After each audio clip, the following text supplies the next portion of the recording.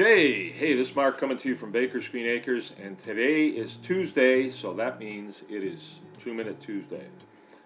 So I'd like to discuss today genetically modified organisms, the pros and the cons of that. And I might as well tell you right up front, we've pushed them off the table. On our homestead, we do not want to use genetically modified organisms. And let me explain what they are in 2 minutes or less, and then you can make the decision whether you want to use them, okay?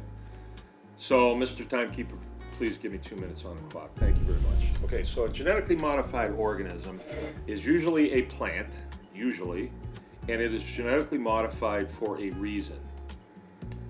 Let's just take corn, for instance. GMO corn, feed corn, seed corn, silage. Why did they genetically modify that corn? Wasn't the way that it came off the shelf good enough?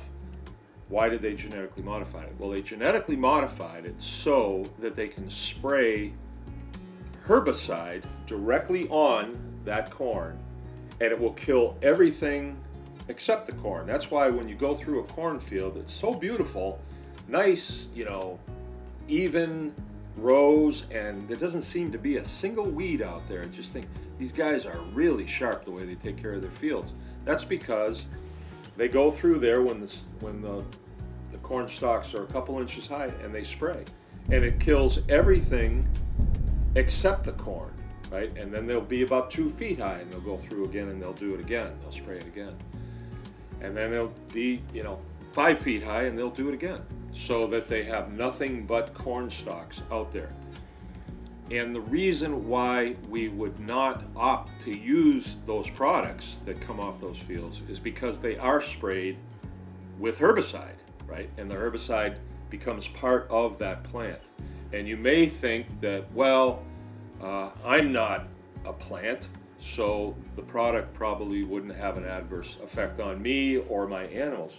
And you might be surprised to be informed that in your gut, from where you take food in to where it comes out, you have a lot of plant life in your gut, right? And it's there for the reason of digesting your food, for the purpose of digesting your food. So if you take in herbicide, you're going to kill off a lot of, or you could potentially kill off a lot of that plant life. So that's why we would say we're not going to use that. Now, if I got some GMO seed and I just plant it, but then I go between the rows and I take care of the weeds with a hoe, no, the plant is not inherently bad because it's genetically modified. It's just that the way it's used, we would not be interested if it was sprayed down with herbicide, with Roundup. We're not interested in getting that. Now, it's in our environment, it's in our groundwater. There's not much we can do about that. But when we buy products to feed to our animals, we would prefer stuff that is not GMO, because if it's not GMO, they did not spray it down with herbicide, or the chances are better that it was not sprayed down with herbicide. And we'll have less issues with our animals and our bodies, our children's bodies, if we avoid GMO products. So there you go. This is Mark from Baker's Green Acres. Anyone can farm.